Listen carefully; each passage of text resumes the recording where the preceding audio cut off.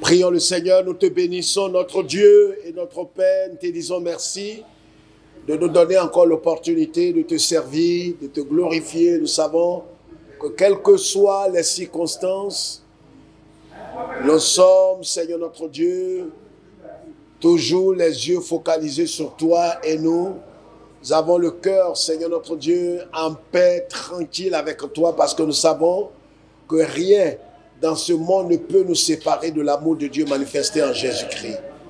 Parle à nos cœurs et éclaire-nous. Merci de te révéler à nos cœurs.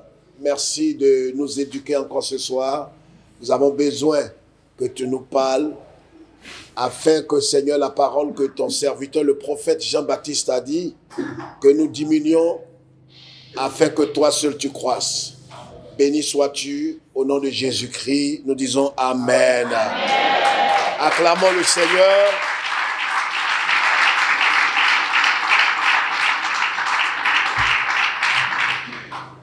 Dieu nous bénisse. Amen. Alors, Romains chapitre 8, le verset 29. Romains chapitre 8, le verset 29. Nous dit ceci. Nous lisons la parole de Dieu. Car ceux qu'il a connus d'avance, il les a aussi prédestinés à être semblables à l'image de son Fils, afin que son Fils fût le premier-né entre plusieurs frères. Amen. Verset 30. Et ceux qu'il a prédestinés, il les a aussi appelés. Et ceux qu'il a appelés, il les a aussi justifiés. Et ceux qu'il a justifiés, il les a aussi glorifiés. Amen. Amen. Ceux qu'il a prédestinés, il les a ainsi appelés, aussi appelés. Et ceux qu'il a appelés, il les a aussi justifiés. Et ceux qu'il a justifiés, il les a aussi glorifiés. Amen. Amen. Alléluia. Amen. Que Dieu nous bénisse. Amen. Veuillez vous asseoir. Alors, nous sommes toujours dans notre thème, notre caractère qui doit être à l'image de notre Seigneur. Nous l'avons vu le mardi dernier que des hommes avaient parlé à Jésus et ils voulaient tendre un piège au Seigneur et ils avaient demandé au Seigneur est-ce qu'il était permis, est-ce qu'il était nécessaire de payer vraiment l'impôt à César. Alors le Seigneur leur a dit de venir avec une pièce et quand ils sont venus, le Seigneur leur a dit alors cette pièce que vous avez porte l'effigie de qui? Alors ils ont répondu mais naturellement ça porte l'effigie de César.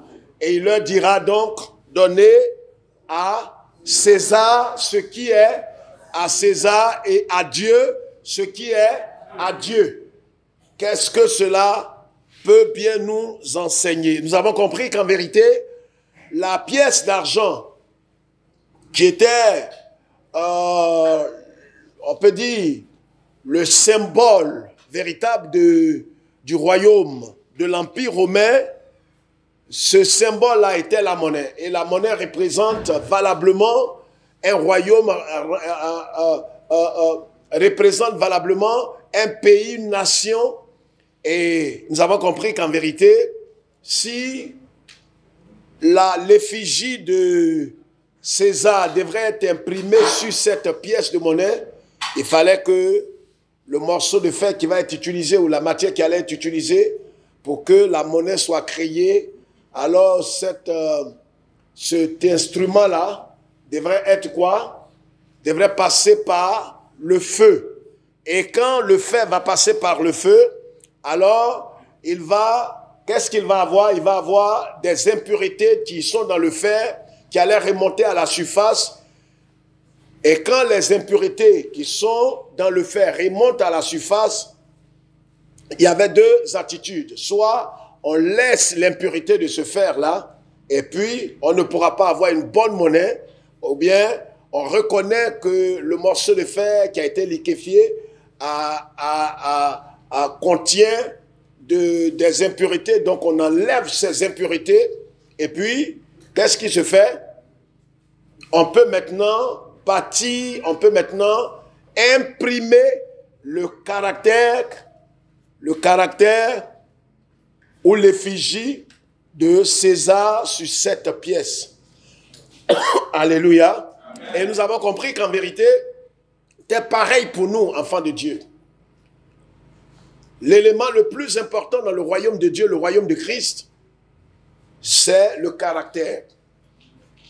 Et notre caractère doit révéler à quel royaume nous appartenons. Notre caractère révèle réellement à qui nous appartenons et à quel royaume nous appartenons.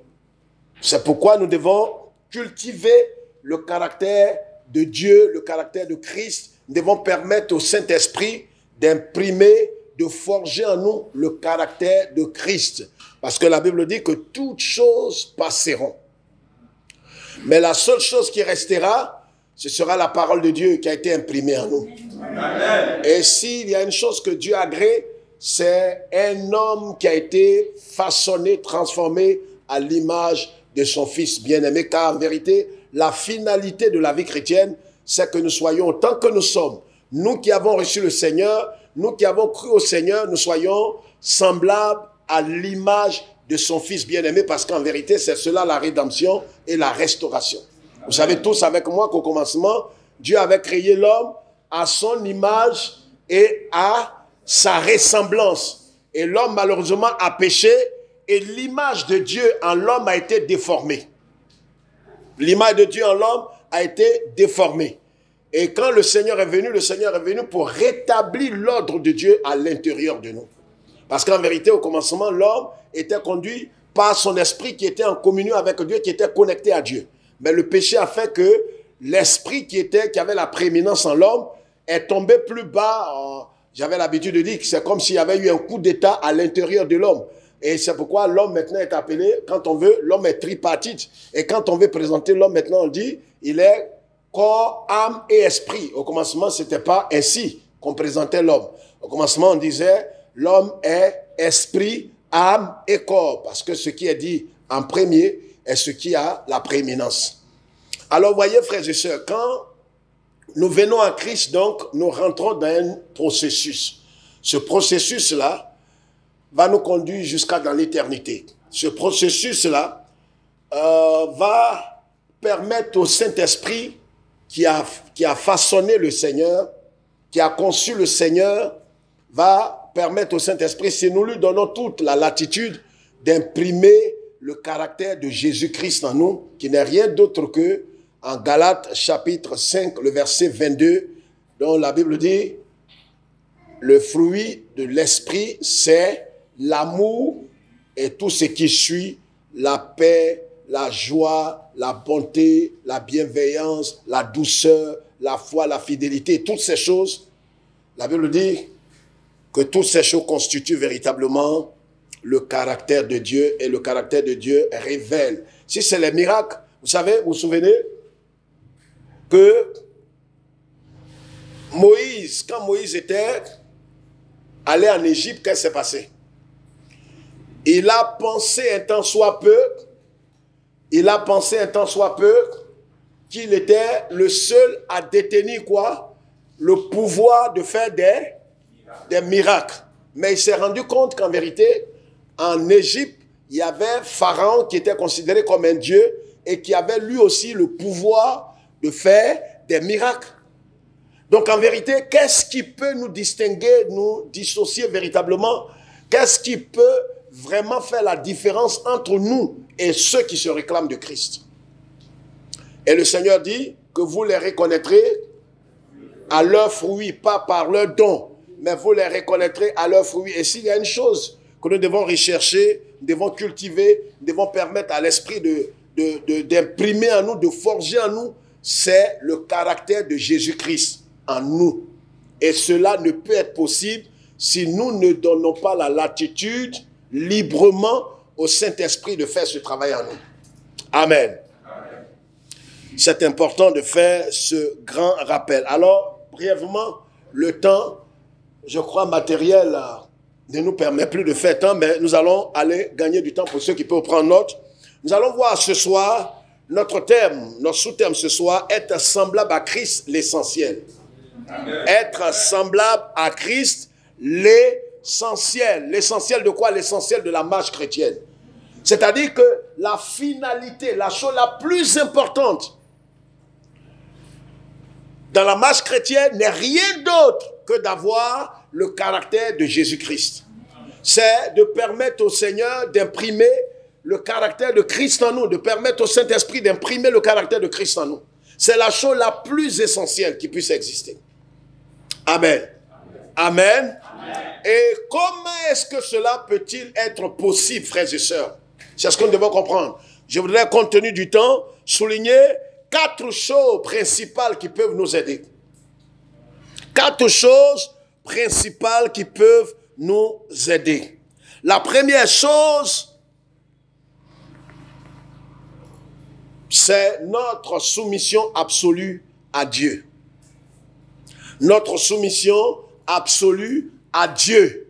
Pas une soumission partielle, pas une soumission à moitié, mais une soumission totale. Si je suis prêt, je veux véritablement ressembler à Christ. Je ne veux pas prétendre, donner le slogan que j'appartiens à Christ, mais dans mon comportement, dans ma conduite, dans mon caractère, dans ma marche, je ne ressemble pas à Christ. Cela ne peut pas être à la gloire de Dieu. C'est pourquoi la première chose, c'est notre soumission et notre obéissance absolue à Dieu. Vous vous souvenez que le Seigneur a dit, le prophète Samuel a dit, à qui? À Saül, en 1 Samuel chapitre combien?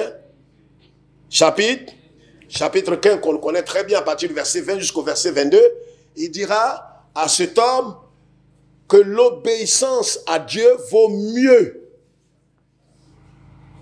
L'obéissance à Dieu vaut mieux que les efforts stériles, que les sacrifices, que tout ce qu'un homme puisse faire. Frères et sœurs, si nous voulons réellement que le Saint-Esprit forge notre caractère à l'image de Christ, forge notre caractère véritablement comme le caractère de Christ, si nous voulons que le Saint-Esprit imprime le caractère de Christ en nous, nous devons accepter de nous soumettre librement et obéir au Seigneur.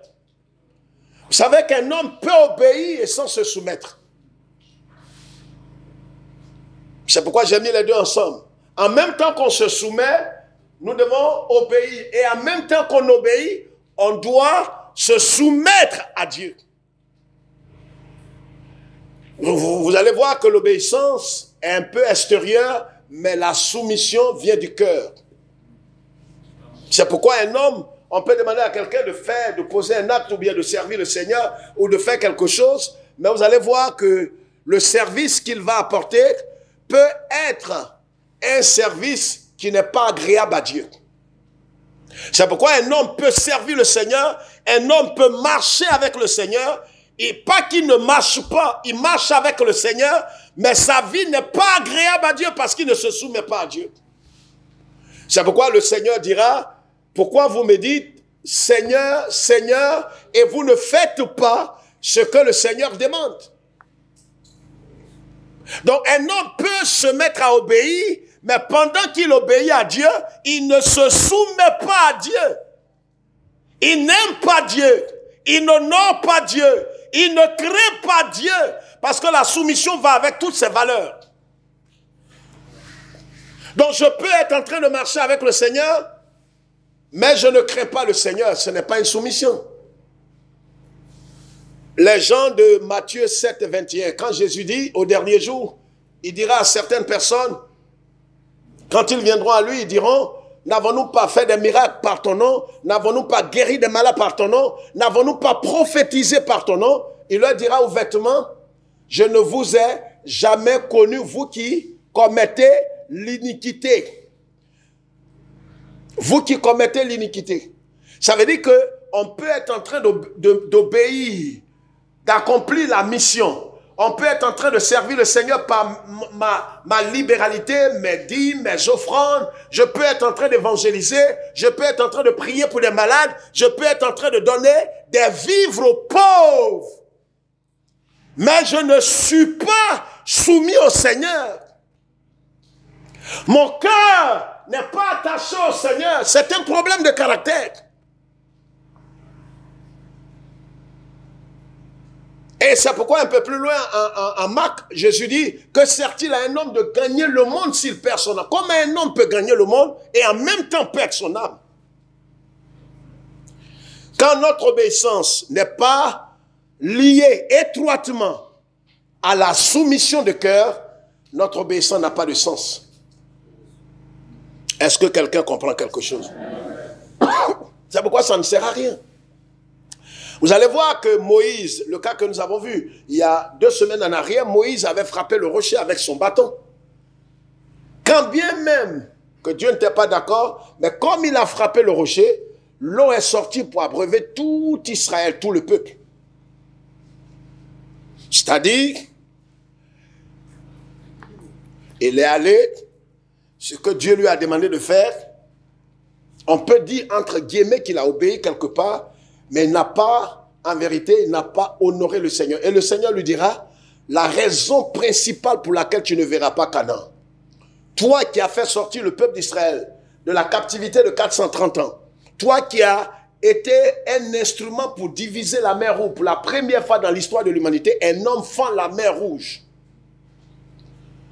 Le seul être humain que Dieu a nommé Dieu, avec grand D, en Exode chapitre 7, le seul être humain qui a vu Dieu un peu de plus près, c'est Moïse. Le seul serviteur de Dieu qui, étant établi, Dieu lui donne un prophète. En vérité, les prophètes viennent pour parler de la part de Dieu. Mais le seul serviteur de Dieu au monde, à qui Dieu a donné un prophète, c'est Moïse. C'est-à-dire Moïse, à la fin, Dieu dit, plus jamais sur la terre, il n'aura un serviteur comme Moïse. Mes frères et sœurs, il faudrait que cette parole puisse vraiment nous interpeller, vous et moi. Regardez le palmarès, c'est le profil de cet homme, on peut dire le CV de cet homme de Dieu. Moïse est unique. La preuve en est que quand Moïse est mort, Dieu ne voulait même pas qu'on fasse des funérailles et que quelqu'un vienne l'enterrer. C'est lui qui l'a enterré. Pour la première fois, Dieu lui-même enterre un prophète. Moïse était unique en son genre. Mais cet homme-là n'a pas pu voir Canaan. Écoute, regarde mon petit doigt. Il n'a pas vu Canaan pas parce qu'il n'était pas doté de pouvoir. Il n'a pas vu Canaan pas parce qu'il n'aimait pas Dieu. Il n'a pas vu Canaan pas parce que... Mais il n'a pas vu Canaan pour un problème de caractère mal ficelé. Vous savez, le temps ne nous permet pas d'entrer ce soir dans ce que j'appelle l'un des points importants qui nous amène à ne pas avoir le caractère de Christ, la colère. Il n'y a pas un seul homme qui dira qu'il ne se met pas en colère. La colère en elle-même n'est pas un péché. C'est pourquoi la Bible dit quand vous mettez en colère, ne péchez point.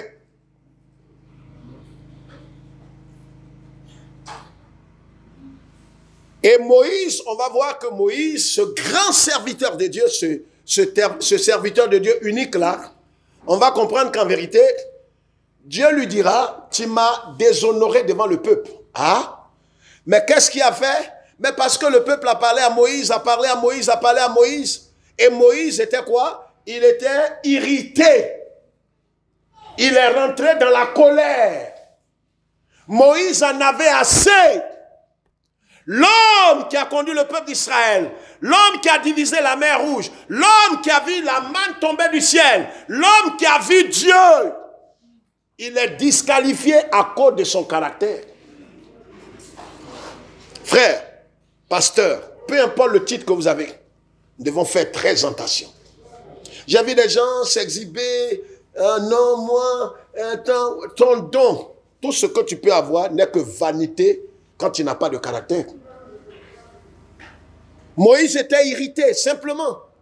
Il est allé, comme les gens parlaient, vous savez, quand des gens parlent de toi en mal, tu entends des témoignages, malgré le bien que tu fais. J'ai entendu une sœur raconter un témoignage, non, je suis découragé parce que malgré le bien que tu vas faire à quelqu'un, c'est ton mauvais nom, on va dire, mais tu n'es même pas sage. C'est un manque de sagesse et tu es vraiment au CP1 de la vie chrétienne.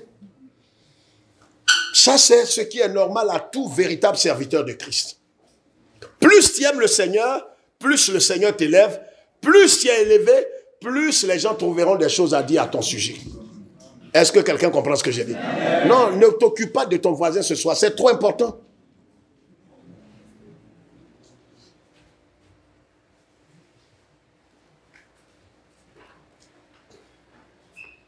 Donc, ça ne veut rien dire quand on dit, ah non, les gens sont en train de parler de moi, ils sont en train de faire ceci ou cela, ils sont en train de faire... Non, mais ça ne veut rien dire.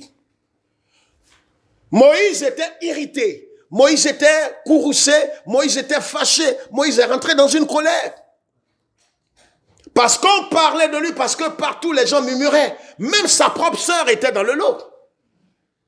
On est un peu surpris, non? Je pourrais bien comprendre si c'était des païens. Les païens vont dire quoi de toi, païen? C'est les chrétiens, quand ils te critiquent, c'est là on verra si vraiment toi tu es mort. Quand ils vont commencer à te critiquer, à t'humilier, à te traîner dans la boue, des gens à qui tu as fait du bien, ils vont dire des méchancetés sur toi, c'est en ce moment-là que tu verras. Et Dieu est en train de voir si réellement toi tu es mort. Si réellement toi tu es mort ou bien tu es évanoui. On a vu des cas ici où des gens se sont serrés les cols ici, dans le temple. On a vu des réunions de jeunesse où les gens ont fini pratiquement en se serrant les cols. On a vu des réunions de femmes où les gens ont fini en queue de poisson. On a vu des réunions de département où les gens, on était obligés d'attraper des mamans et des papas, des gens barbus. Et vous direz qu'ils n'ont pas de don. Non, c'est des gens, quand on prie ici, ils tombent en transe. Ils disent des paroles, on ne peut pas interpréter. On ne sait pas ce qu'ils disent. Mais ce qui est certain, ils disent des choses. Des choses mystérieuses. Mais vous savez, toutes ces choses ne montrent pas la spiritualité d'un homme. La prédication que je suis en train de faire ne montre pas que je suis spirituel. C'est ma vie de chaque jour, face aux problèmes, face aux difficultés, aux humiliations, à des paroles méchantes que je vais entendre. Mon attitude face à ces problèmes va révéler qui je suis. Or, le Seigneur va permettre à toutes ces choses-là d'arriver dans ma vie afin que véritablement les impuretés puissent monter à la surface. C'est-à-dire, souvent, on croit qu'on est arrivé. On croit que, oh non, mais, oh ma katara, oh reboché, alléluia Seigneur. Maintenant, je suis mort, mes frères, mes sœurs. Oh, le Seigneur m'a foudroyé, alléluia. Avant, mes frères, alléluia, on dit oui, rends ton témoignage. Avant, j'étais colérique. J'étais hystérique. J'étais quelqu'un, ça dit, comme toi tu me dis, ça dit, je faisais du tic-au-tac. Je faisais du tic-au-tac. Et c'est comme ça le Seigneur dans son amour. Quand j'ai compris le message de la croix, oh Seigneur, on dit non, ne pleure pas, comédien. Toi, tu es transformé? Moi, il y a des gens ici qui me font honte. Je l'ai dit le mardi dernier, qui me font honte. Mais comme on ne peut pas te dire, assieds-toi, parce que tu n'es pas mûr. Si on te dit, assieds-toi, qu'on te sanctionne, tu vas rétrograder. Donc, on te laisse dans ton zèle démesuré, amer. On sait que tu n'es pas transformé. Et comme tu as témoigné devant tout le monde que tu es transformé, Dieu envoie un test. Dieu, lui, il est dans les tests, dans les épreuves. Demandez au professeur. On donne les sons, tout le monde jubile, alléluia, gloire à Dieu. Bon, à l'école, on ne dit pas alléluia, gloire à Dieu, mais tous on est content, on dit on a maîtrisé, professeur. Quelqu'un a une question? Non.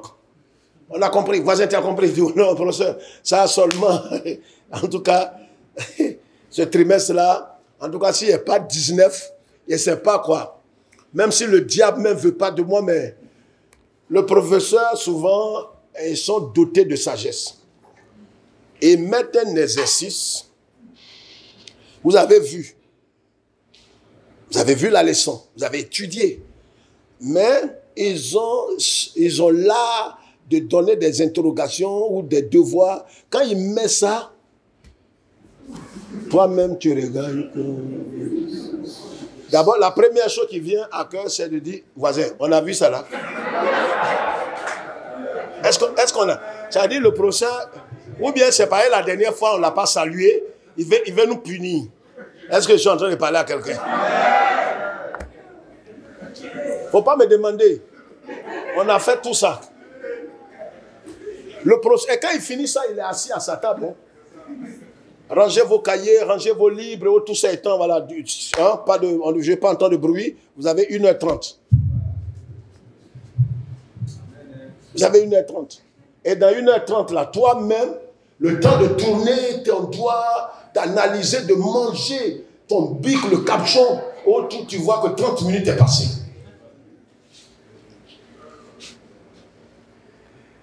Donc quand chacun vient et il témoigne que non, réellement là où je suis, Seigneur, tu m'as saisi. Tu m'as saisi, Seigneur. Saisis pas le cri Jésus. Je cours droit, tout droit. Là où je vais maintenant, Seigneur, mes frères et sœurs, vous n'allez plus me voir dans les youkou, dans les trucs, les n'importe quoi, les murmures. Quand tu parles, même les gens regardent comme ça. Il dit, lui là, on attend le prochain test. Dieu va passer par ton mari, par ta femme, par tes enfants, par ton patron. Et il va t'éprouver. Tu ne sauras pas que c'est Dieu qui est derrière ce test, cette humiliation. Va lever ton petit doigt. On peut tout me faire. Non, c'est pas pareil à témoigner. On peut tout me faire. Non. L'humiliation. Non, je n'aime pas ça. Je n'aime pas la foutaise. C'est la foutaise là que je n'aime pas. Dieu te ramène encore en classe. Moïse, Dieu lui dit, va, frappe le rocher, qui est le symbole de la crucifixion. Parce que le rocher qui les suivait était Christ. Il met une seule fois. La seconde fois, le Seigneur lui dit, cette fois-ci, tu parleras au rocher. Et le rocher donnera de l'eau pour étancher la soif de tout Israël. Mais comme les gens parlaient sur l'eau, vous savez, les paroles que les gens prononcent, la méchanceté des hommes, tout ce que les gens peuvent être en train de dire à ton sujet, voyez, peuvent t'amener à faire quoi? Aidez-moi. À réagir au lieu d'agir. Parce que l'action et la réaction sont deux choses différentes. Dieu ne nous demande pas de réagir, mais d'agir. Donc Moïse, devant le rocher, il arrive là et il demande aux gens, vous croyez que ce rocher que vous voyez là, hein, cette termitière là, vous croyez que de l'eau peut sortir de là? Les gens ont dit, mais Moïse, fais attention. Il dit, non, vous avez trop crié sur moi. Vous avez traîné mon nom partout. Vous avez traîné mon nom partout. Que je ne suis pas le seul prophète. Je vous ai fait quoi dans l'église? Je vous ai fait quoi? Tu vas faire, Dieu va abréger tes jours. Le problème est que, regardez ce qui est arrivé. Je parle du premier point, soumission, obéissance. Quand Dieu a fait quoi? A suspendu Moïse. Quand il a sanctionné Moïse, il a sanctionné avec qui? Avec qui? Il y avait 3 hommes. S'il le connaissait, il y avait qui? Avec qui il a dit, ils ne vont pas arriver à Canaan. Il a dit, il y avait d'abord, il y avait qui? Religieux. Aaron. Il ne lit pas la Bible. Il y a des gens qui sont sur TikTok. C'est à Moïse seul, Dieu a dit, toi tu n'entreras pas à Canaan. Regarde, quand le jugement de Dieu va tomber sur toi, à cause de la défaillance, de ton caractère, de ton impatience, de ta colère, c'est toi seul. C'est cela même pas avec un frère. Même ceux qui t'ont poussé dans le dos, et puis tu as désobéi à Dieu, tu t'es pas soumis à Dieu, le problème est que pendant que toi tu es en train de périr, et ils reconnaissent et ils se répandent. Dis non, je reconnais que tu t'en vas en enfer, mais je ne demande pas à toi, Dieu, j'ai mal fait. J'ai mal fait, je t'ai poussé dans le dos, je reconnais, Seigneur. Lave-moi. Lui va au ciel. Et toi, ceux qui ont poussé Moïse, certains sont arrivés à Canaan, mais lui seul n'est pas arrivé à Canaan. Réfléchissons bien à cela. C'est pourquoi, voyez, un homme peut obéir à Dieu. Obéir, c'est faire ce que Dieu dit. Mais est-ce que nous sommes en train de faire exactement ce que Dieu nous demande dans l'esprit, dans la lettre? Est-ce que nous le faisons intimement comme le Seigneur nous demande? C'est pas évident. C'est pourquoi même, regardez dans la Bible, même dans la vie de couple, Dieu dans Éphésiens chapitre 5, il demande à la femme et des femmes, soyez soumises. Mais combien de femmes, en toute honnêteté devant Dieu sur cette Bible, combien de femmes chrétiennes sont soumises à leur mari, sont soumises même dans la vie? Combien de... Dieu ne demande pas à la femme de faire ceci ou cela. Dieu dit, Marie, aimez vos femmes. Mais femmes, soyez soumises. Une femme peut préparer pour son mari, mais elle n'est pas soumise. Elle a préparé, mais pas dans la soumission. Elle peut avoir une intimité avec son mari, mais pas dans la soumission. Elle se donne comme quelqu'un qui est mort, elle partit. Non, ça fait. Ça, c'est l'obéissance. Mais une obéissance partielle. C'est pourquoi beaucoup seront surpris au dernier jour quand Dieu dit, en vérité, tu n'as pas obéi. Dit, non, mais Seigneur, ce que tu m'as dit, j'ai fait.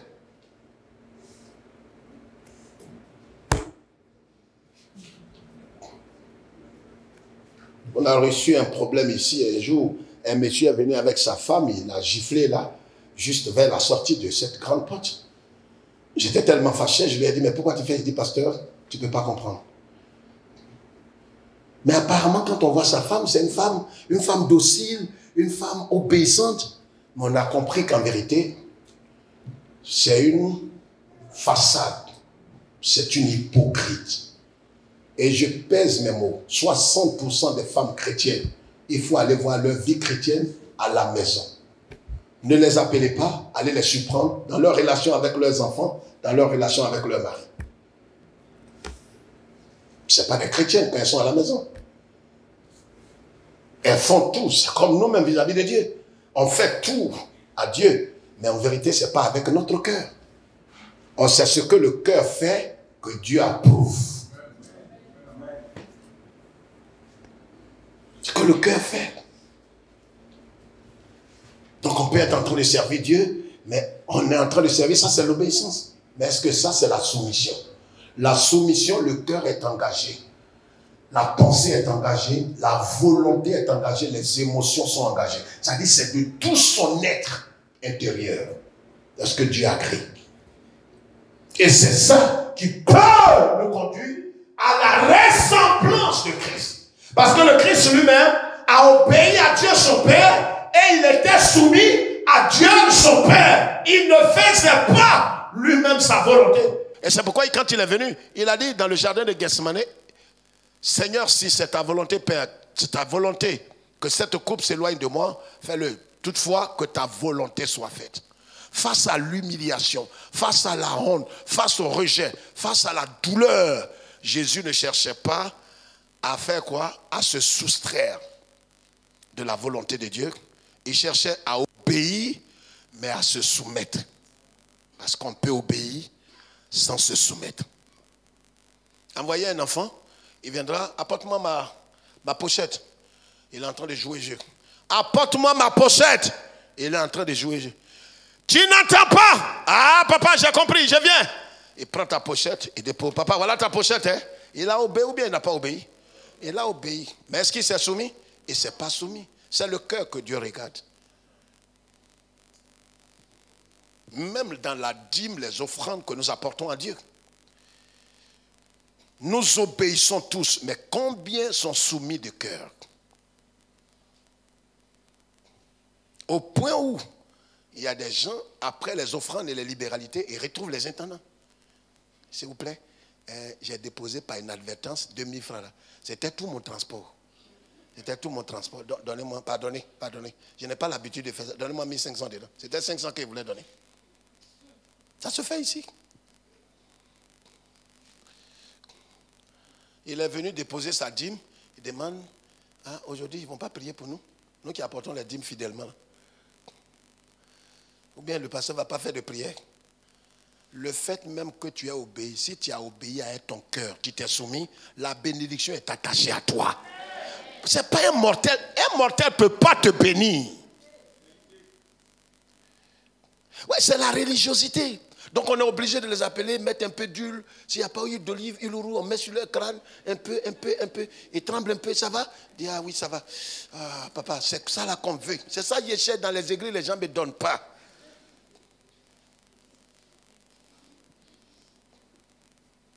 On était jeunes serviteurs un jour, notre père spirituel, il a fini de nous parler, et au tout étant une grande assemblée, une assise. On a fini, quand il a dit, bon ben c'est terminé, alors on s'est levés tous, on a fermé les yeux, on attendait. Et il a dit, vous attendez quoi? Il dit, non papa, c'est la bénédiction là qu'on attend. Il a pris sa Bible, il est parti. Et dit, le fait même que vous ayez entendu la parole, vous a déjà purifié. Mais combien comprennent ça? Tant que tu n'as pas mis ça, aujourd'hui, le pasteur n'a pas pris. Je n'ai pas senti la présence de Dieu. Il n'a pas senti. Lui veut sentir, ses narines veulent sentir l'odeur de la présence. Ça dit, même quand le Seigneur dit, je suis avec vous tous les jours, non, il ne croit pas. Il faut qu'il tremble un peu comme un coquelet. Ah, oh, je sens maintenant. Il est venu, il est là maintenant. Je sens. Quand le Seigneur est là, je sens. Il n'a pas dit de sentir, il dit de croire en sa présence. Nous devons faire quoi? Nous devons... Il nous faut quoi? La soumission et l'obéissance à qui? Au bishop, à l'église, à l'archevêque, à notre Dieu seul. Deuxième chose, la délivrance du péché. Il faudrait que nous acceptons, vous savez, on ne pourra jamais ressembler à Christ. Et nous ne serons jamais à l'image de notre Seigneur si nous ne sommes pas délivrés du péché. Et la délivrance du péché passe par la sanctification sans laquelle lui ne verra le Seigneur. Ce qu'on appelle la sanctification progressive. Ça veut dire que chaque jour que Dieu fait, l'ennemi voudra nous proposer le péché pour nous rendre quoi? Odieux aux yeux du Seigneur. Donc qu'est-ce que nous devons faire? Nous avons la responsabilité dans la sanctification progressive de nous éloigner délibérément, volontairement de tout ce qui est iniquité, de tout ce qui est péché. Nous devons nous-mêmes accepter par la vertu du Saint-Esprit de nous éloigner de tout ce qui est nommé péché. Très important.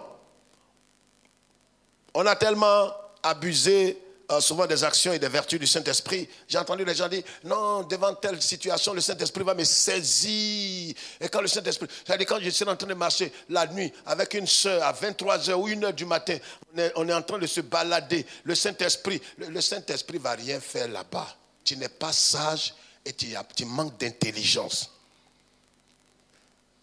La Bible n'a pas dit de résister au péché. La Bible dit de fuir le péché et l'impudicité et tous les autres péchés. De fuir. On n'a pas de résister. On dit de résister au diable, mais pas au péché.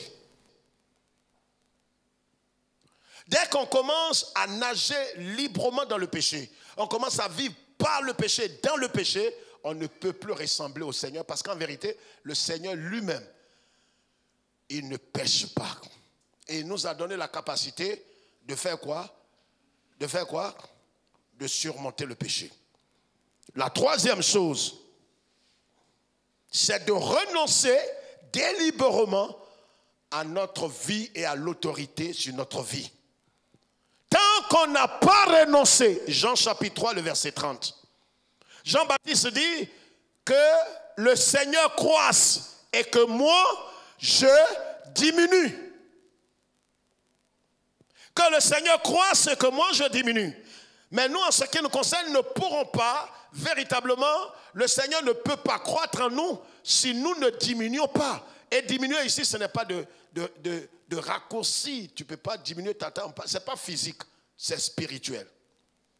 Il faudrait que j'accepte de perdre l'autorité que j'ai sur moi et de remettre cette autorité entre les mains du Seigneur pour dire désormais, ce n'est plus moi-même qui commande ma vie. Je veux que tu me diriges. on chante le chant conduis-moi par la main, mais souvent dans l'exercice, dans la pratique, c'est pas ce que nous faisons. Si nous demandons au Seigneur de nous conduire, nous devons le laisser nous conduire. Vous savez, le caractère de Christ ne pourra jamais forger en nous si nous ne donnons pas la latitude au Saint-Esprit de le faire. Le Saint-Esprit ne va pas nous brigander, il ne va pas nous forcer. Le Saint-Esprit voudra librement, avec notre consentement, de nous transformer à l'image de Jésus notre Seigneur. C'est pourquoi Jésus est notre Sauveur. Mais pour qu'il soit le Seigneur de notre vie, il faudrait qu'il façonne notre vie intérieure. Notre vie intérieure. Pour ne pas qu'on soit à l'image de Naaman, qui était un grand général, qui avait tous ses grades, toutes ses capacités, ses honneurs, mais les gens ne savaient pas qu'il était lépreux. Qu'on ne soit pas à l'image de Naaman. Tu fais de belles choses, tu rends de bons témoignages, tu rends un bon service à Dieu, mais tu es un lépreux. Tu dis, ah oui, c'est vrai que le frère fait ça. Mais le frère, il a fait tentation, hein. Un jour, il s'est fâché là. Quand il s'est fâché, c'est dangereux. Lui, il est hystérique.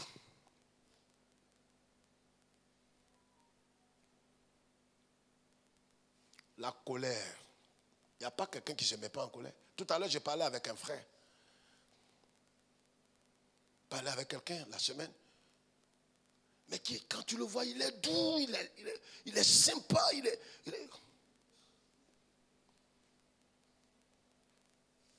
On a abordé un sujet là, dit, pasteur, non, écoute-moi d'abord, pasteur, écoute-moi d'abord, pasteur. Ah, frère, c'est moi qui dois t'écouter maintenant.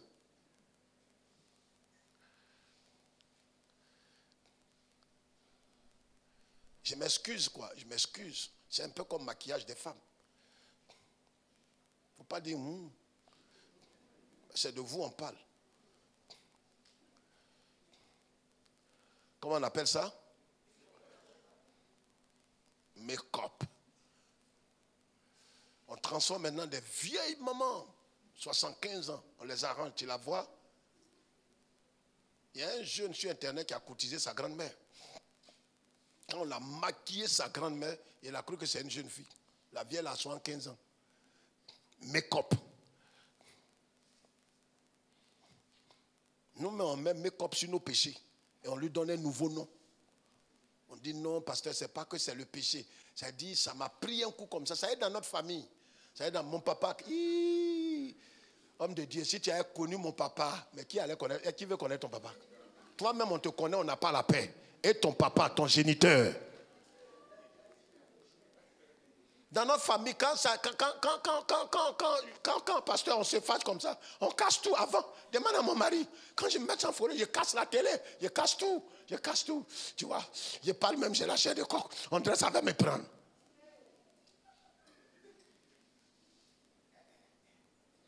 Ça va te prendre.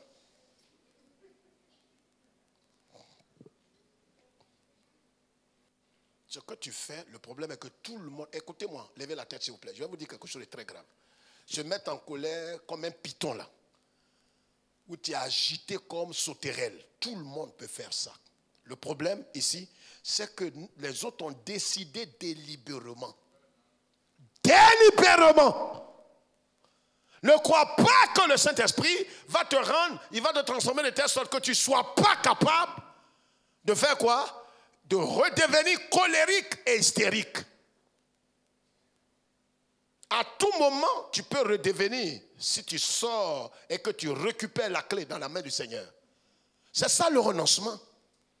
Donc, face à une situation, délibérément, nous devons décider de faire quoi? De dire, Seigneur, non pas ma volonté. Pendant que l'homme est en train de crier sur toi, t'humilier, te rabaisser, comme un sous-homme, t'es déshumanisé, tu as raison, mais tu laisses ta raison. C'est ça la vie chrétienne. Ce n'est pas de tomber en transe ici.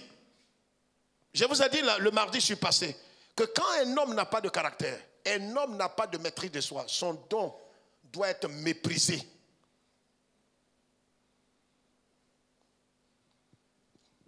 On doit mépriser ce que tu appelles don là. Toi, tu n'as pas à gifler l'homme, à crier, à trembler, à casser des choses. Et c'est toi qui prophétises. Ça ne va pas? Tu prophétises quoi? Prends les prophéties là pour changer ton vilain caractère. Prends ça pour changer ton caractère hideux qui va te conduire tôt ou tard en enfer.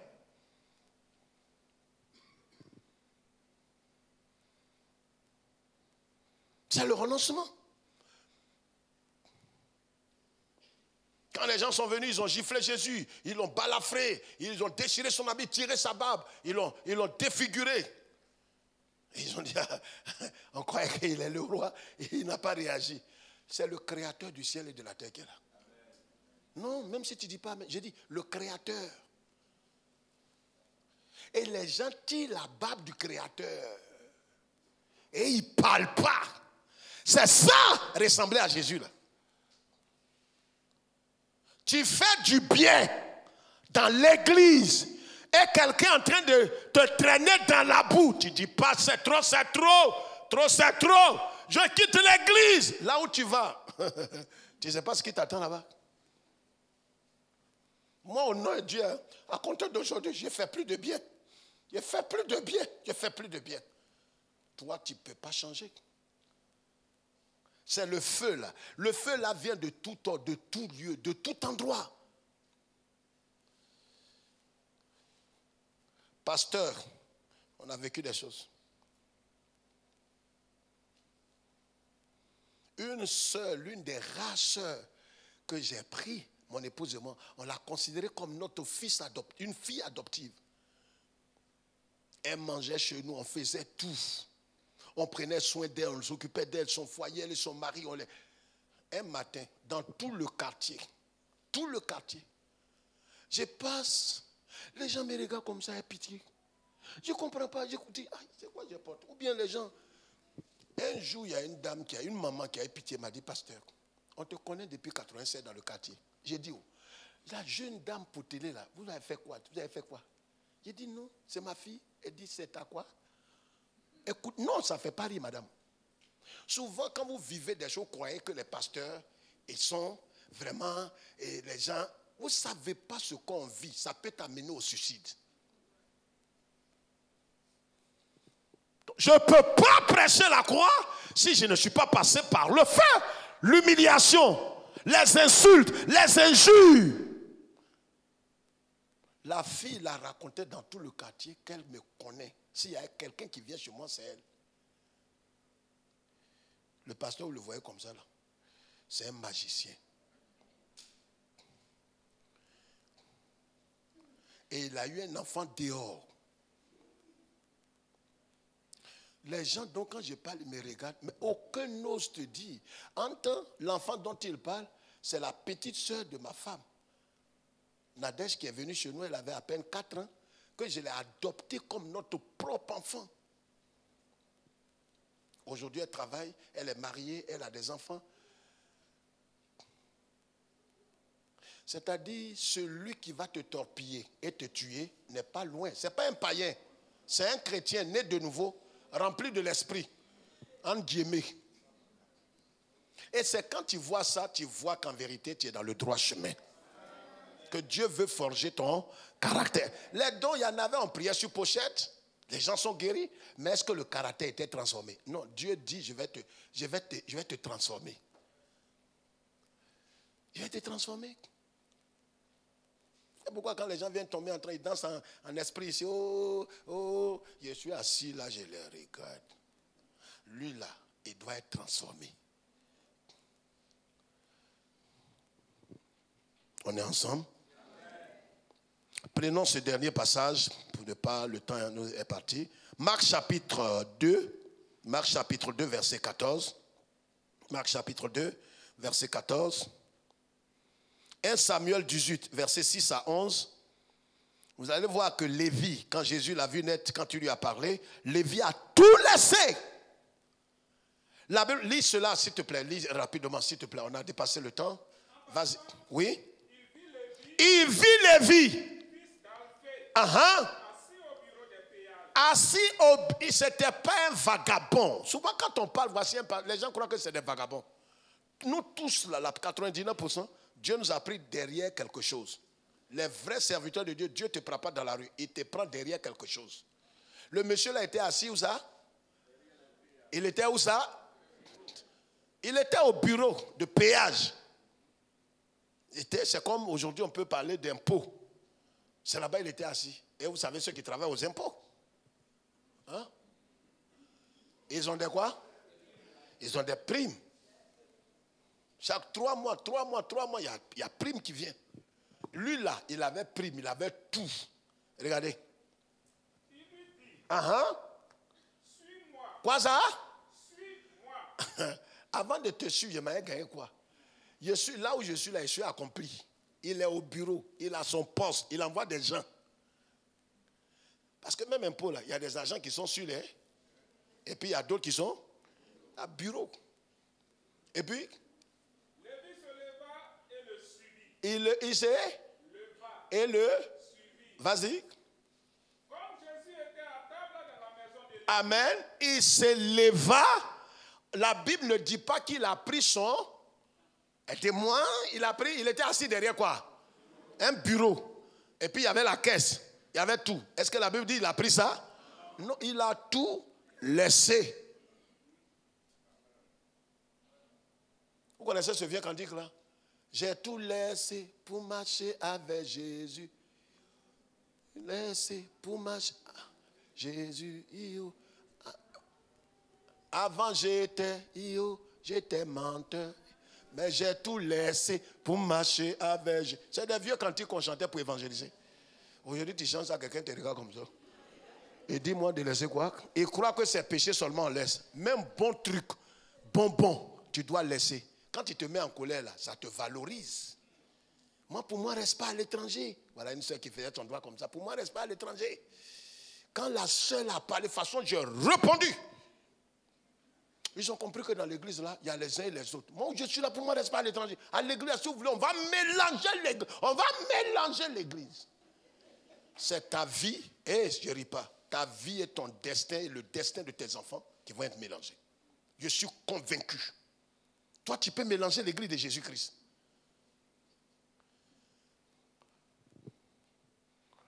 La dame, tout ce qu'elle a raconté là, je l'ai vu, je l'ai salué. Les gens ont dit, pasteur, tu vas saluer celle-là. Elle avait problème, on allait prier pour elle. C'est ça la croix. La croix, j'ai mis ici là. C'est pas en vain. Et puis c'est ballonnette de prêcher sur quelque chose que toi-même tu ne vis pas.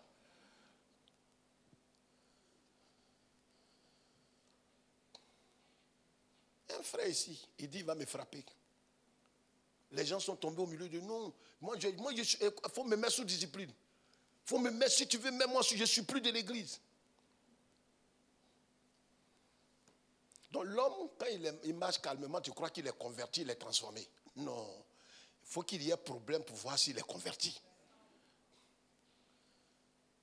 Un diacre ici m'a dit, pasteur, il ne faut pas, je vais te manquer de respect. Non, il ne faut pas, je vais te manquer de respect. Tu vas faire, je vais te manquer de respect.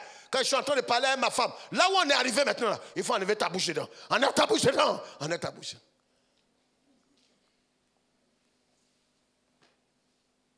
D'enlever ma bouche dedans. Lis rapidement. Le dernier point, c'était quoi? Notre soumission et obéissance à Dieu, notre délivrance du péché, renoncer, et quatrièmement, notre croissance spirituelle à l'image de Christ. Tout ce qui est né de Dieu triomphe du monde et grandit. C'est pourquoi je vous ai dit ici que la fleur artificielle qui est là ne va jamais grandir parce qu'elle n'a pas de vie. Vous savez, quand vous n'avez pas la vie de Christ en vous, vous ne pouvez pas grandir. Grandir ici, c'est surmonter les choses. C'est délaisser des choses. Vous savez, quand tu étais petit, on était jeunes, on était petits, des garçons que nous étions. Ceux qui jouaient aux billes, on avait des billes, on avait du sable dans nos poches. Mais aujourd'hui, à plus de 60, bientôt 60 ans, on ne peut pas trouver des billes dans ta poche. On ne peut pas trouver. Il y a certaines choses, tu es en train de grandir. Quand j'étais enfant, spirituellement, nouveau converti, je parlais comme un enfant. J'agissais comme un enfant. Je cherchais la prière des gens. Je courais ça. Maintenant, grandis. Tu vois un hibou, pourquoi tu vas appeler ton frère?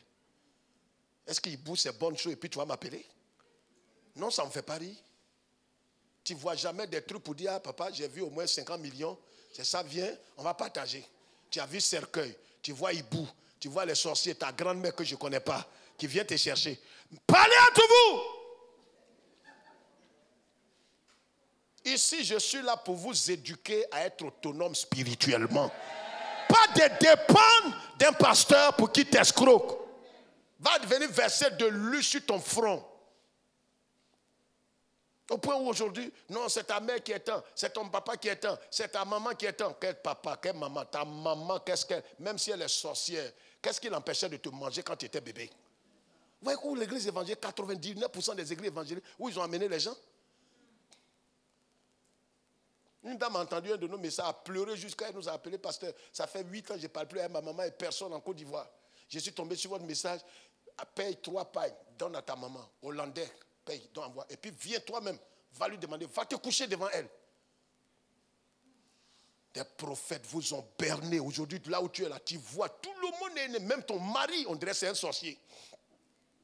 Pasteur, quand mon mari respire la nuit, j'ai dit non, ça là c'est l'initiation. Les gens ont dû l'initier. Regarde, ces conneries là, si tu fais ça ici, si tu fais ça ici,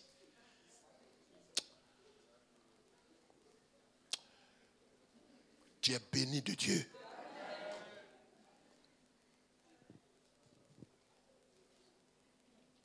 Des conneries dans ta tête. Quand tu arrives, il faut avaler ça. Sorcier, c'est l'hume. La Bible dit bénissez-les. Il faut qu'il vive pour qu'il voie la grandeur de Dieu dans ta vie. Pourquoi ton oncle ou ton papa sorcier doit mourir? Les sorciers vont te manger. Des vieilles mamans ici à l'époque croyaient à des bêtises comme ça jusqu'à ce qu'on nettoie leur cerveau. Il y a des génies qui veulent me manger. Toi-même. Génie. Au sérieux. Et quand même, ils ont fait combien d'églises, ils prient, là-bas, là-bas, là-bas. Mais les sorciers, pasteur, ils veulent me manger. Tu fais honte. Honte. Lis ce passage-là, on va partir, s'il te plaît. Fais vite. On va se lever. 1 Samuel 18. Et regardez comment la colère hystérique, quand il laisse une porte ouverte dans ton caractère, ce que Satan peut faire à ta vie. Levez-vous tous, on va lire. On a 1 minute, rapidement, s'il te plaît. On a des... Vas-y. 1 Samuel 18, pasteur, versets 6 à 11. Comme il revenait, écoutez très bien, lors du retour de David, c'est David qui a tué Goliath. Donc quand il est venu, les femmes ont commencé à chanter comme elles savent le faire dans les villages. David a tué 10 000, oh Saül a fait tant, David a tué tant. Il y a des louanges que les gens vont faire. Ils vont parler de quelqu'un, ils vont parler de d'autres devant toi. Même quand ils seront en train d'encenser quelqu'un et que toi ils sont en train de te rabaisser, bénis le Seigneur. Bénis le Seigneur. Ça peut être tes propres enfants même, ils préfèrent le papa des autres plus que toi. Bénis Dieu. Un jour Dieu va ouvrir leurs yeux. Il y a des enfants comme ça. Malgré tout le sacrifice. Et vraiment, Papa Kmango, si vraiment j'étais sa fille, Papa Kmango, il est doux. Et ce n'est pas que derrière doux de Papa Kmango, il ne sait pas ce que Kmango fait. Lis, frère. Les femmes sortirent de toutes les villes d'Israël au-devant du roi Saül, en chantant et en dansant. Et elles chantent et elles dansent. Regarde, quand quelqu'un va commencer à célébrer son Dieu, ou bien même quand ils vont commencer à célébrer quelqu'un à côté de toi, si toi, là, ton caractère n'est pas affermi, c'est là que les sentiments de quoi? Disons la vérité. À tout moment. Vas-y. Et en poussant des cris de joie. Vas-y vite. Saül a frappé ses 1000 et David ses 10 000. Saül fut très irrité. Il fut quoi? Il fut quoi? Lui le roi. C'est-à-dire quelqu'un que Dieu a intronisé. Le Seigneur peut t'introniser. Tu as des dons, tu as des capacités. Quand tu parles, les esprits se soumettent. Mais le problème, l'irritation va ouvrir une porte. Ce n'est pas que tu ne règnes pas. Aujourd'hui, financièrement, tu es assis. Aujourd'hui, du point de vue quoi d'autre encore professionnellement, tu es assis. Dieu est en train de te positionner. Mais ton caractère peut t'amener en enfer. Regardez ce qui va arriver à ce monsieur. Ce n'est pas quelqu'un qui l'a tué. Regardez. Et cela lui déplut. Cela lui déplut. Il dit, On entend 10 000 à David. c'est lui qui parle maintenant. Donc moi qui suis là, je n'ai rien fait. Avec tout ce que je fais, les dîmes, les offrandes, les gens ne parlent pas. Et le pasteur même ne cite pas mon nom. Hein. Ça fait au moins 8 mois depuis que je suis là. Il n'y a pas un jour, il a cité mon nom dans les chants ou bien quelque chose comme je ne cite pas mon nom. J'ai remarqué ça. C'est ta pète là qui fait ça. Tu dois mourir bientôt, peut-être. C'est ce qui fait ça. Tes yeux commencent à s'ouvrir sur des choses. Vas-y. Et c'est à moi que l'on donne les 1000. Vas-y vite. Il ne lui manque plus que la royauté. C'est tout. Vas-y. Et Saül regarda David d'un mauvais œil. Il le regarda c'est là que les regards bizarres, même à l'église souvent, vous allez voir des gens, faites très attention. Une tante, une maman, une soeur, un frère, un serviteur. Il est là, il te regarde comme ça. Toi, il te regarde et puis tu souris. Et puis il serre son bizarre. D'abord, il te fait un petit sourire. Et puis quand tu veux sourire,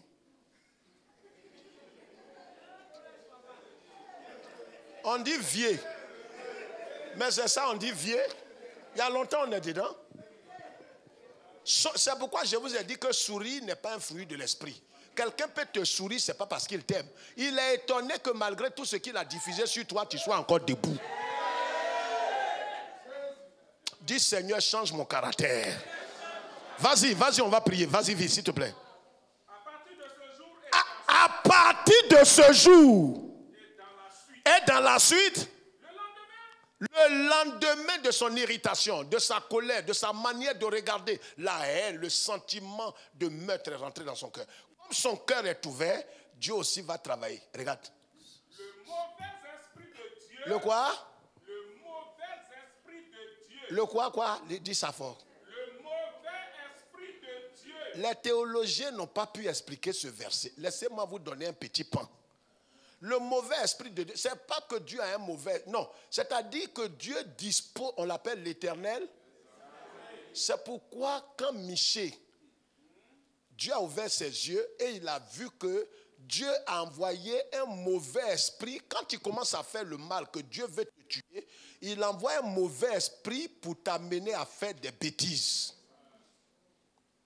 Ça est dans Thessaloniciens. C'est pourquoi Dieu a envoyé un esprit de garement. Quand quelqu'un tient ici, et c'est les gens, non, et le prophète là est puissamment, ouais, papa, faut avoir ce don. Quand il dit que je suis ici, je suis dans ton village, fais 2 pas. Actuellement, tu étais dans Cocolibri. Oui, c'est ça, papa. Et puis, j'entends maintenant Pango. Oui, c'est mon grand-père. Il dit maintenant, j'entends Bolikan. C'est mon âme, c'est mon papa. Et attends maintenant, Bli. Il dit oui, c'est mon grand-père, le petit frère de mon grand-père. Maintenant, j'entends maintenant Stramter. Oui, c'est mon oncle. Et c'est des bêtises comme ça que l'église évangélique, quand tu vois les yeux des gens, ça brille, ils veulent ça. Mais je peux te donner, écoutez, aujourd'hui je vais vous choquer. Quelqu'un veut le pouvoir où les gens prennent, viens me voir après le culte. On m'a proposé plusieurs fois. Je n'ai pas honte. J'ai été menacé de mort pour ça. On peut vous donner un seul papier. Vous lisez. Ils ouvrent votre 3e œil. Si tu dis, ben, viens me voir, je te donne. Mais si je te donne, va faire. Je ne suis pas en train de rire. Parce qu'il faut que tu vendes ton âme chétive là. Je ne suis pas ton camarade. Lis.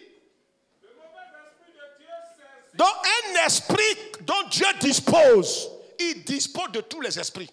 Donc quand il déconne, il prend un esprit. Il dit, toi tu vas où? La preuve, je vous ai prêché ici il y a quelques années, le mystère de Job. Comment bon Dieu en réunion, toi tu cherches Satan. Nous on est en train de chercher à le purger, à l'attaquer. Et lui, Dieu en réunion, il part devant la réunion de Dieu et il rentre. Et il salue les anciens collègues. Et Dieu cause à lui, il lui demande nouvelle. Quelqu'un que nous on cherche à tuer sur la terre. Respectez le diable, hein. Lis. Le mauvais esprit de Dieu saisit Saül, qui eut des transports au milieu de la maison. David jouait comme les autres jours. Il va chercher à tuer David. C'est parti de quoi? Adultère? Il a volé? Colère. Petit colère. Colère amène au divorce. Colère amène au meurtre. Colère amène à tout. Une sœur en Christ, j'étais au Bénin, a tué qui? A tué sa propre maman. Pourquoi? Oui, mais elle a appelé sa maman pour venir surveiller son bébé. Elle va au travail, elle vient, son mari et sa maman sont dans la chambre. Une sœur chrétienne d'église évangélique. Elle n'a pas pu tenir. Elle a pris un couteau. Elle a poignardé à plusieurs reprises sa maman au commissariat. Et lui, on dit, tu regrettes? Elle dit, je ne regrette pas. Condamnez-moi 20 ans. Tuez-moi. Quoi? Manque de maîtrise. Et c'est ça qu'on va voir mardi prochain. Le manque de maîtrise peut nous amener à être défigurés. Laisse-nous aller dans ta paix, Seigneur. Laisse-nous aller dans ta paix. Nous avons besoin de toi. Façonne-nous. Que serons-nous si tu ne nous façonnes pas? Que toute la gloire te revienne. Au nom de Jésus-Christ. Amen.